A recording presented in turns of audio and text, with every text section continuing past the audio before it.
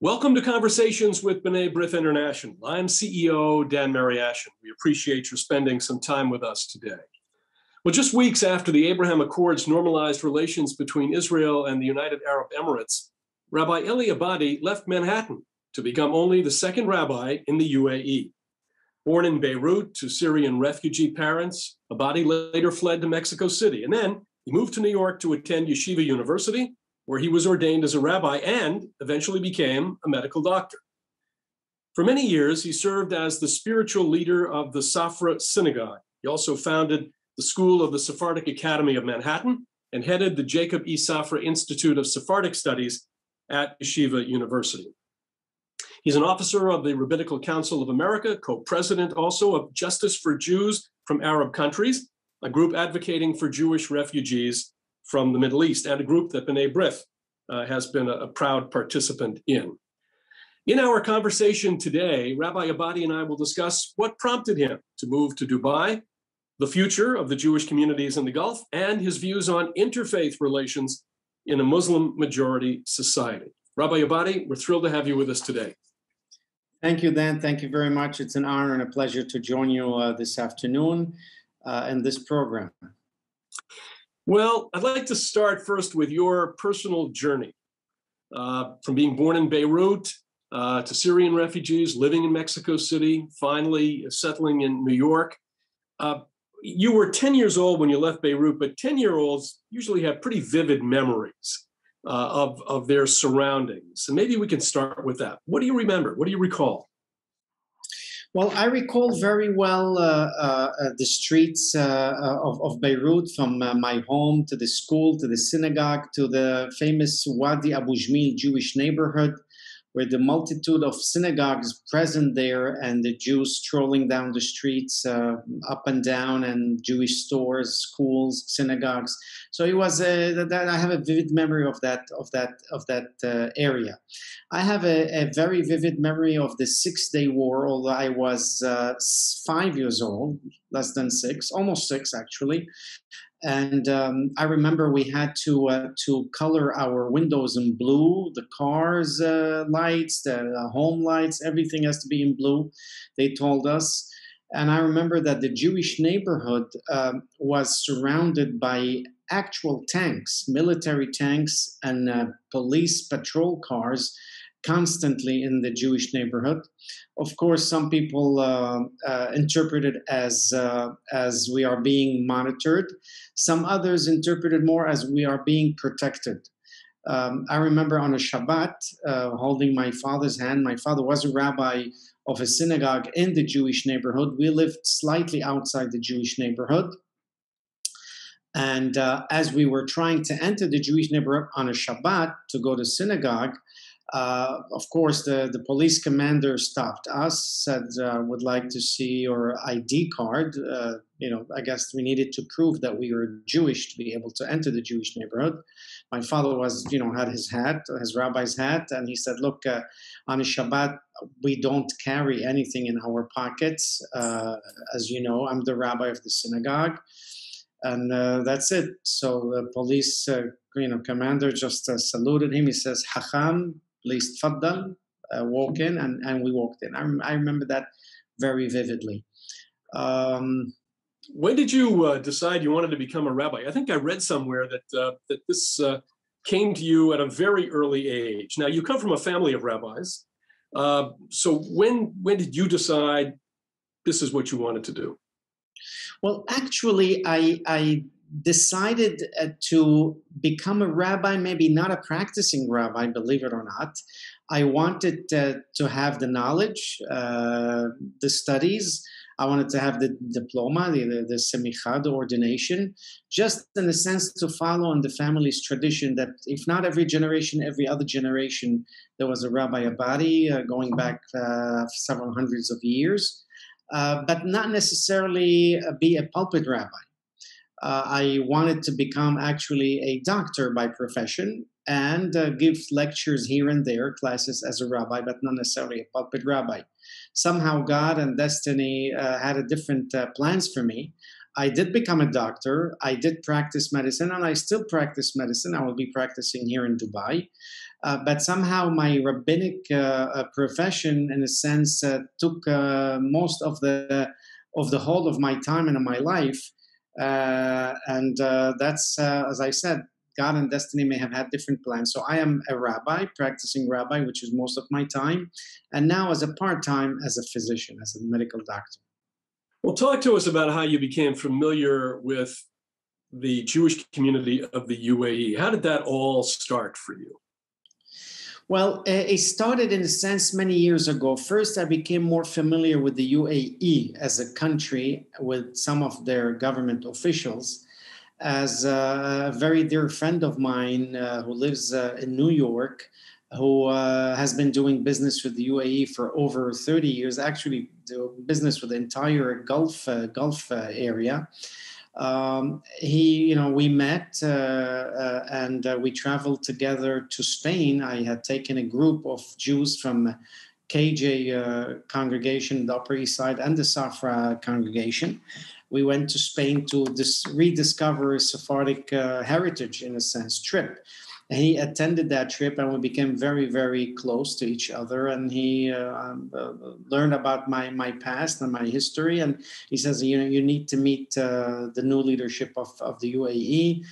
And so whenever they came to New York, he tried to make introduction to them. He was fascinated that I spoke Arabic. He was fascinated that I was from the Middle East myself. And he wanted to make that connection. So that was the early connection with the UAE over 11 years ago. But the community itself, so this friend of mine who has been telling me about the community said, I want you to come and visit the community. And this was like over 2 years ago. He brought me, we came, we celebrated Purim. I read the Megillah for the community. And we brought a Sefer Torah that he presented eventually to the Crown Prince of the United Arab Emirates, Sheikh Mohammed bin Zayed, in memory of his father, Sheikh Zayed bin Sultan Al Nahyan, who is the founding father of the United Arab Emirates. So that was 2 years ago. That was the first trip. And then a year and a few months ago, we made the official presentation in the palace in Abu Dhabi. And that's how I became connected with the community. And many of them were contacting me, speaking with me, consulting me with many things.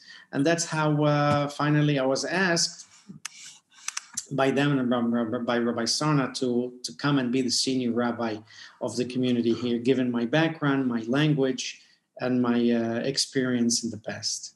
What appealed to you most about relocating to the Gulf? Not everyone can just get up and move 7,000 miles away. And you're going from the largest Jewish community in the world to one of the smallest. So did you need any convincing, or did you say to yourself, this is a great opportunity because things are really changing in a very historic way? So what was the thought process that went into this? So I did think about it, maybe for 2 to 3 days, and I felt that this was an opportunity. This was a moment that I need to seize, so to speak. I felt, as a man of faith, I felt that maybe the Almighty has put me in this situation to take that responsibility, to step up to the plate. I felt then, and I feel now that we are at the crossroad of history, as I have been commenting in the past. And I feel, even though it's a small community, but it's going to be a historic community. There's a historic change in this region and in the world. And I felt it's important to seize the moment, to step up to the plate, as I said, and to be there, take that responsibility, and effect positive change in this entire region. I felt with the languages that I speak, with the background of having been born in the Middle East, knowing the language, the culinary arts, the traditions, the customs, Islam itself, I felt maybe this is the place where I need to come and develop things.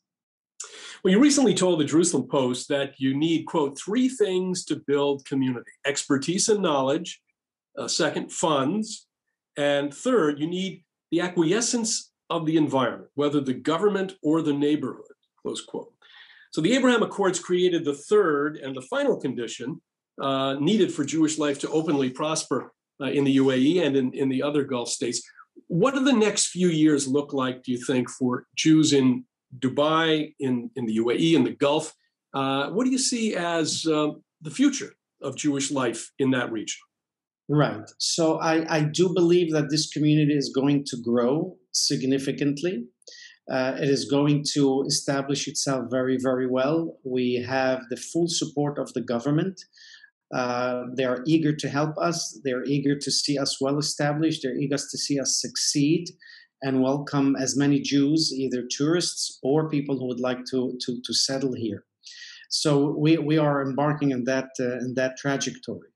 In the region itself, as you know, we have established an association of Gulf Jewish communities that encompasses the 6 Gulf Cooperation Council countries where there are Jews. Of course, the largest community is in Dubai, in the Emirates. The second largest, yet the oldest community is in Bahrain. Right. But of course, we have Jews in Saudi Arabia and Oman, in Kuwait, and in Qatar, in which we are in touch. We created this association to help them and to help facilitate Jewish life in the entire Gulf region, because we do believe that it is going to grow significantly. Different type of population. So first, of course, we're going to have the tourists who are going to come here for a week or 2 weeks, which they need Jewish services, be it prayers, kosher food, so on and so forth. Then we're going to have the second type of population, which are the business people, who are going to come for business opportunities, and not just in the Emirates, but the entire region as it's opening up. They're going to come for business opportunities, and as they hear they need Jewish services and Jewish presence. Then we have the third type of population, which are also business people, but then they will settle here, if not permanently, but several months a year to either run their business or expand their business. And then the fourth type of population will be those who will be moving here to live here permanently, not only for business reasons, but I do believe that the situation in Europe for Jews, with the increase in anti-Semitic incident, and I would venture to say also in the United States, which that has gone also up, many of those people may decide that maybe it's time to move to a new place, which is tolerant, no anti-Semitic incidents that I have experience of seeing in this region at least. And I think with all of those different type of populations, the Jewish community will grow significantly in the next several years, in the thousands, I would say.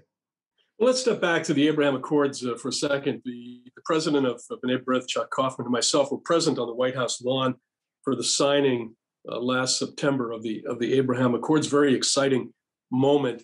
How do you see what you're doing with the association in the Gulf, with your work? How do you see that work as being a building block for not only the normalization that we've seen, but for normalization going forward? Well, so first, I want to say that there is a confusion in the region between what a Jew is and what an Israeli is. We know very well that not all Jews are Israelis and not all Israelis are Jews, but the presence of a Jewish community in the region gives that representation of the Jewish people. We are kind of representing the Jewish people. And by representing Jewish people, by extension, in a sense, we are representing Israel, even though politically or officially we're not the representative of the state of Israel. But they see us as such because at the end of the day, we do support the state of Israel. The state of Israel, part of our religious, social, and historical inheritance. And so we cannot, in a sense, divorce ourselves from that. So they understand that, and they see us as that bridge or that link with the state of Israel, even though officially we are not. But we do represent the Jewish people, and that has opened up doors for many Jews and Jewish communities in the Gulf to flourish, to develop. And that is why we created this association of Gulf Jewish communities, because we recognize that there is a presence of Jews in the region. Dubai, the United Arab Emirates, has the largest Jewish presence and community.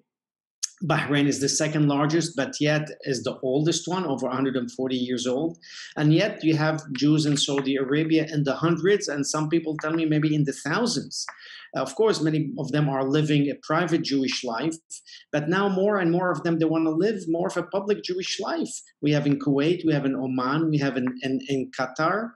And so we have become kind of that bridge, that community that they want to learn more about. They want to know more about the history, the religion, the tradition. And so I do believe that that has helped, in a sense, the acceptance of the Jewish people, feeling more comfortable with them, knowing more about them. Because I do believe that when you know something about somebody else, then you respect them. Once you respect them, you feel closer to them. Once you feel closer to them, you embrace them. And once you embrace them, you, in a sense, have common links with each other. And that's how you create peace, tranquility, coexistence, and harmonious living. And that's what I believe we are trying to achieve, even unintentionally, but we are achieving it. Well, that leads me into the next question. I mean, you talked about how there's a certain interest in the Hebrew language and studying the Hebrew language. Even with the exponential growth of Jewish communities in the Gulf, what we're seeing now and what we will be seeing in the future, the communities will still be a fraction of the Muslim majority populations in the region. So how do you see interfaith relations in a Muslim-dominant society? The Abraham Accords, of course, are a huge step, but when it gets down to the people-to-people level, you're studying Jewish history, learning about our customs, becoming more comfortable with us as a community as we are becoming more comfortable with them. How do you see that going forward? Right. So yes. So first, at least in the Emirates and few other countries in the region, there is the population is divided into two major groups. There is what's known as the local population. Here in the Emirates are the Emiratis, and Saudi are the Saudi Arabians, and Bahrain are the Bahrainis. And then you have they're called the expatriates. So those are the foreigners who moved into this region to work. And they are here on a working visa, and some of them have been here for 30, 40 years. They have had children and grandchildren, and so they live here. So it is, although it is a Muslim majority region, but you have many other communities of faiths. You have, of course, Christians with all their denominations. You have Hindus, you have Buddhists, you have Zoroastrians, you have really from many different communities of faiths. So we are one of the many communities of faith. The difference is that we know and we have felt that Judaism as a religion, or the Jewish community as a community of faith, is respected as an Abrahamic religion, as a sister religion, if you will, as a religion that is an ancient one. And so I do feel that respect that is given to me as representative of that religion and Jewish community. There are people who are self-teaching Hebrew, either through the internet or through books, and they're learning to speak Hebrew. They text me in Hebrew sometimes, they tweet sometimes in Hebrew, and they love to communicate that way. They feel very comfortable. And on the moment that they see the similarities between Arabic and Hebrew, they are both sister Semitic languages. The letters are very much similarly, not the form of the letters, but the pronunciation of the letters is very, very similar.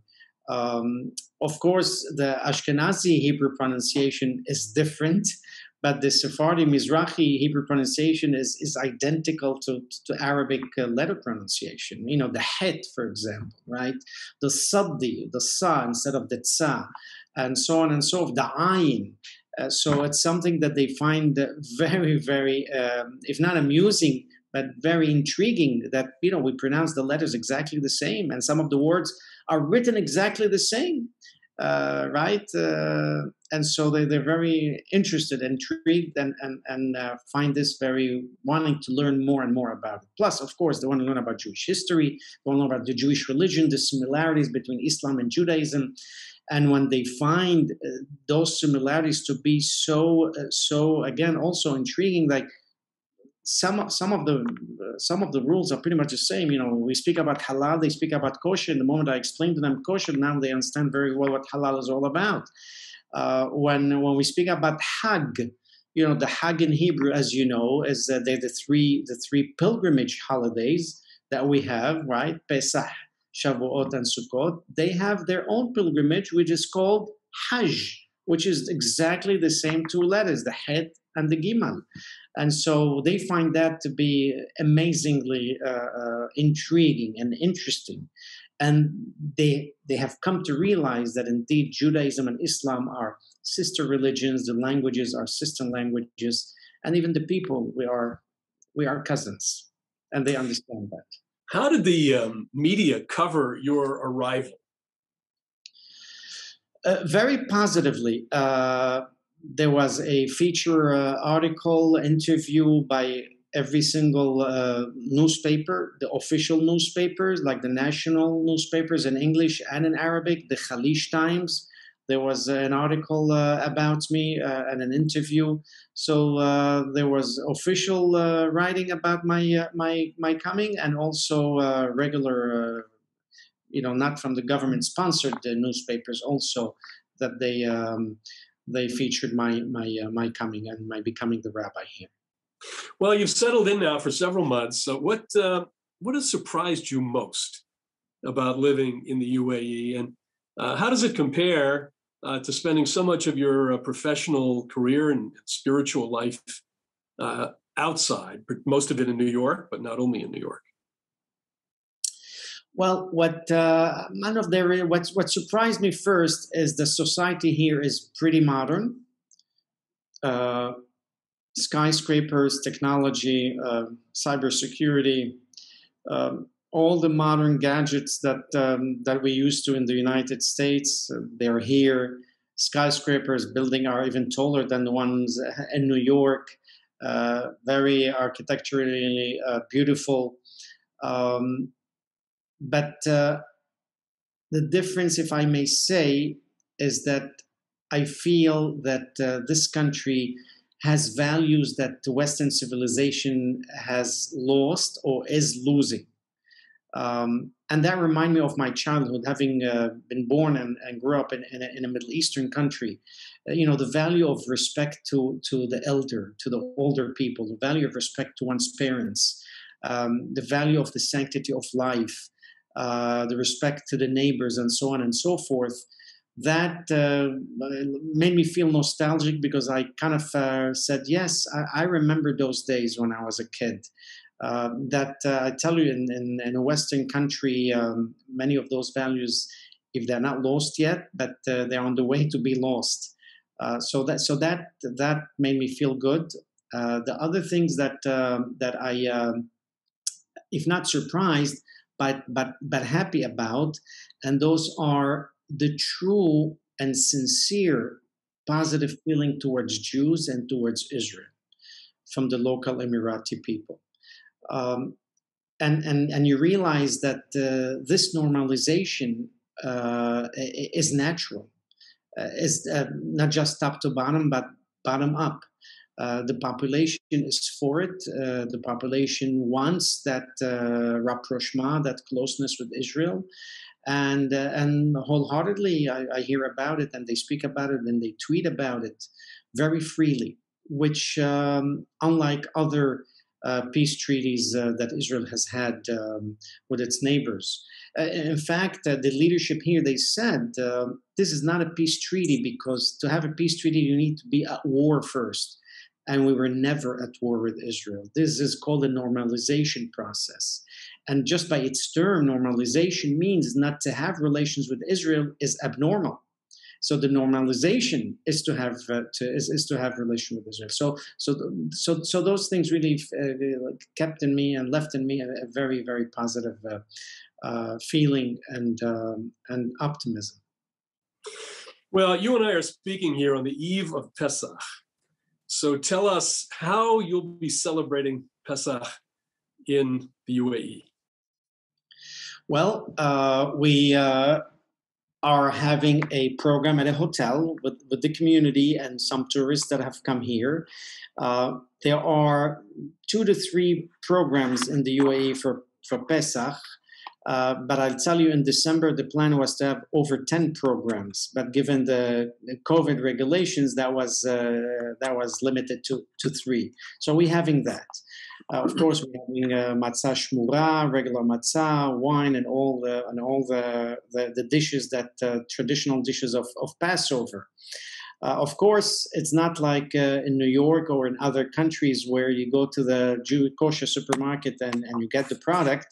Here, we needed to think about it maybe a month before at least so we could ship it and get it either from Europe, Israel, or the US. So we need to have an advance planning to be able to celebrate Jewish holidays comfortably. But I do believe that within the next several months, once we establish our kosher certifications, once more kosher, not just restaurants, but stores will be open, as I know of many that are in the planning, then it will be pretty much the same as in New York or any major Jewish community in a major city where we just go to the corner and find kosher food available. Well, it is amazing that as we all sit down, no matter where you are, whether you're in Dubai or you're in Washington where I am, or in New York or in Israel, we're all telling the same story when we sit down at the table. And that does bring us together. And this year, we'll be thinking of the tables in Dubai, who will be sitting with their Haggadot and talking as we are, and we will be, about our story and our experience. Rabbi Abadie, thank you for sharing your experiences from Dubai as one of the Gulf community's newest leaders. We deeply appreciate your joining us today, and we're excited to see the Jewish community of the Emirates continue to grow and further anchor its roots. Thanks for being with us. Thank you very much. It was a pleasure and an honor. Now, hopefully you come and visit us. I accept the invitation. Thank you to Rabbi Elie Abadie for joining me today, and thank you for tuning in. Now, if you enjoyed the conversation, make sure you never miss a program by subscribing to the B'nai B'rith YouTube channel, liking us on Facebook, and following us on Twitter. And be sure to visit our website, bnaibrith.org, to learn more about our important work. See you again soon. Take care.